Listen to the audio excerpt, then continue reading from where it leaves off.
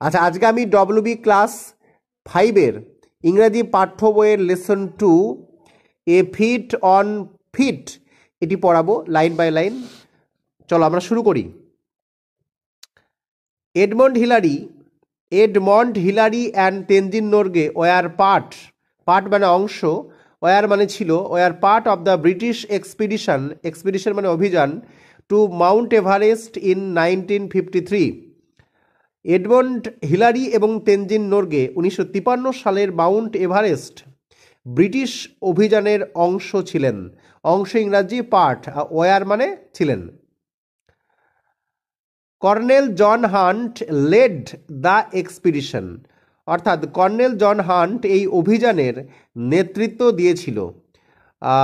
LED lead মানে হচ্ছে নেতৃত্ব দিয়েছিল, এলইডি লেড মানে নেতৃত্ব দিয়েছিল।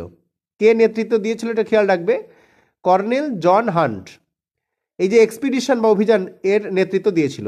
হান্ট সিলেক্ট করা মানে বেছে নেওয়া, a team of people all of whom were experienced climbers, মানে হান একটি দল নির্বাচন করেছিলেন যাদের প্রত্যেকেই অভিজ্ঞ পর্বত আরোহী ছিলেন।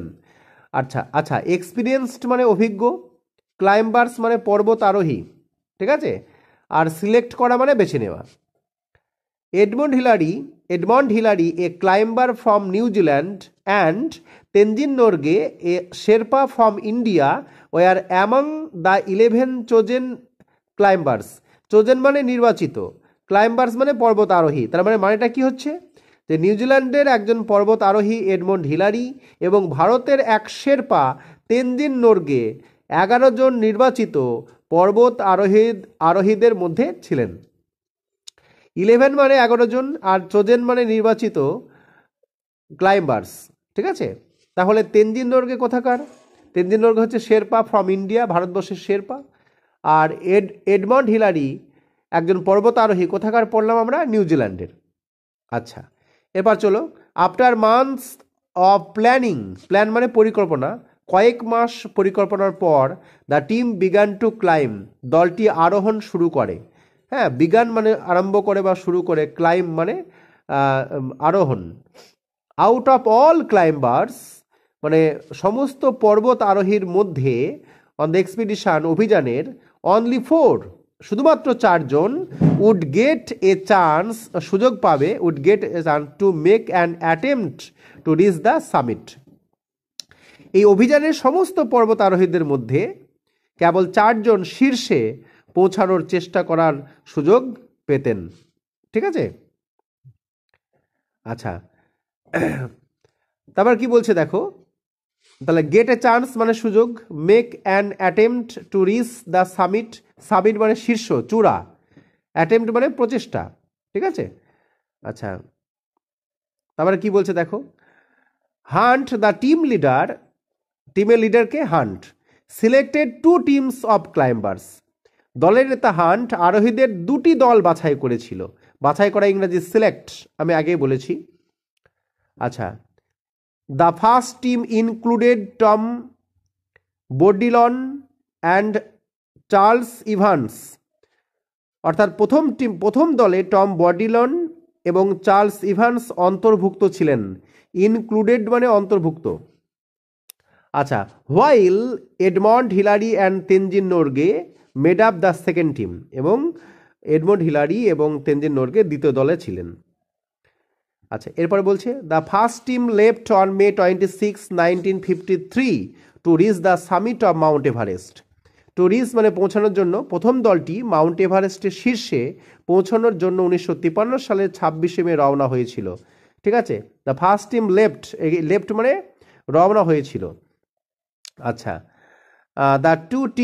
The two men made it up to about 300 feet short of the summit, still the highest any human being had yet reached.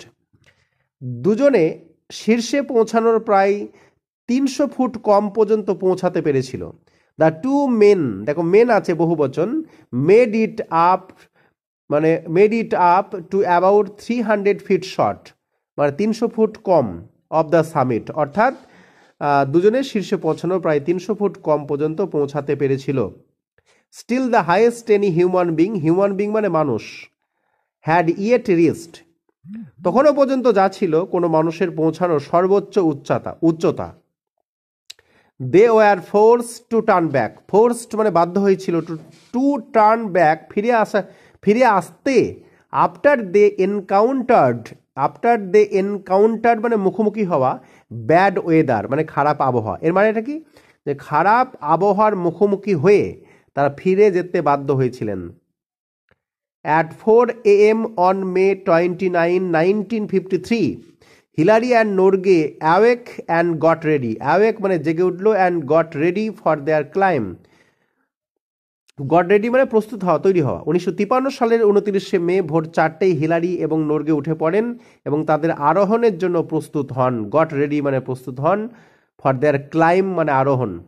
Hillary discovered that, Hillary আবিষ্কার করলো বা দেখতে পেল যে হিজ বুটস হ্যাড ফ্রোজেন, তার বুট জমে গেছে, and spent 2 hours defrosting them.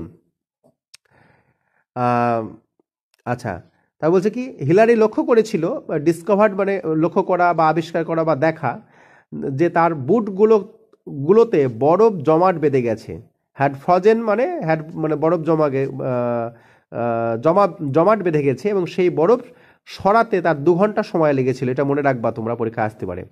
And spent 2 hours 2 ঘন্টা সময় লেগেছিল ডিফ্রস্টিং মানে ওই বরফ সরানো। The 2 men left camp at 6:30 AM, মানে দুজন মানুষ ক্যাম্প ছেড়ে গেল কটার সময়, 6:30টার সময় সকাল। আপন দেয়ার claim they came upon one particularly difficult rock face. আচ্ছা, আগের মানেটা কি বললাম, তারা দুজনে সকাল 6:30টায় শিবির ত্যাগ করে গেল। তাদের আরোহণের সময় তারা একটা বিশেষ কঠিন শিলা মুখের সম্মুখীন হয়েছিল। আচ্ছা, আপন দেয়ার ক্লাইম মানে তাদের ওঠার সময় বা চড়ার সময় বা আরোহণের সময়, they came upon one particularly difficult rock face, তারা একটা বিশেষ কঠিন শিলা মুখের সম্মুখীন হয়েছিল। But Hillary found a way to climb it, কিন্তু হিলারি এটিতে আরোহণের জন্য একটা উপায় খুঁজে পেয়েছিল। ঠিক আছে, but Hillary found a way মানে কি, রাস্তা, পথ, টু ক্লাইম ইট, কিন্তু হিলারি এটিতে আরোহণের জন্য একটা উপায় খুঁজে পেয়েছিল। ওয়ে মানে উপায় বা পথ। The rock face is now called Hillary step, শিলামুখটি এখন হিলারি স্টেপ নামে পরিচিত। অ্যাট 11:30 AM, সকাল 11:30টায়, Hillary and Norgay reached the summit of Mount Everest. Hillary এবং নর্গে কোথায় পৌঁছালো, মাউন্ট এভারেস্টের চূড়ায় পৌঁছে গেল সকাল 11:30টায়। Hillary reached out to shake Norgay's hand, শীর্ষে পৌঁছে হিলারি নর্গের সাথে হ্যান্ডশেক করে মানে হাত মিলাই। বাট নর্গে গেভ হিম এ হাগ মানে জড়িয়ে ধরা, ইন রিটার্ন মানে পরিবর্তে বা বিনিময়ে নর্গে তাকে আলিঙ্গন করেছিল মানে জড়িয়ে ধরেছিল। হাগ মানে জড়িয়ে ধরা। The 2 men enjoyed only 15 minutes at the top of the world because of their low oxygen supply. তারা কতটুকু এনজয় করেছিল ওখানে, 15 মিনিট। তারা অক্সিজেনের সরবরাহ কম হওয়ায় তারা দুজনেই বিশ্বের শীর্ষে মাত্র 15 মিনিট উপভোগ করতে পেরেছিল। 15 মিনিট উপভোগ করতে পেরেছিল, তার কারণটা কি, এর বেশি কেন কাটাতে পারেনি, এর কারণ হচ্ছে of their low oxygen supply মানে যোগান, অর্থাৎ অক্সিজেনের কম সাপ্লাই ছিল, অক্সিজেন বেশি ছিল না। They spent their time taking photographs and enjoying the view. আচ্ছা, তারা তাদের সময়টি কাটিয়েছিলেন ফটো তুলে, টেকিং ফটোগ্রাফস মানে ফটো তুলে, অ্যান্ড এনজয়িং দ্য ভিউ মানে দৃশ্য, এবং দৃশ্যটি উপভোগ করে। Norgay placed a food offering to God, Norgay ঈশ্বরের কাছে খাদ্য উৎসর্গ করেছিল। ঠিক আছে, Norgay placed a food offering to God, offer করেছিল কাকে, ঈশ্বরের উদ্দেশ্যে, মানে অফার করা মানে এখানে উৎসর্গ করা, ঈশ্বরের উদ্দেশ্যে খাবার নিবেদন করা। When their 15 minutes were up, যখন তাদের 15 মিনিট হয়ে গেল, Hillary and Norgay made their way back down the mountain, Hillary এবং নর্গে পর্বত থেকে নিচে নেমে আসার জন্য যাত্রা শুরু করলেন।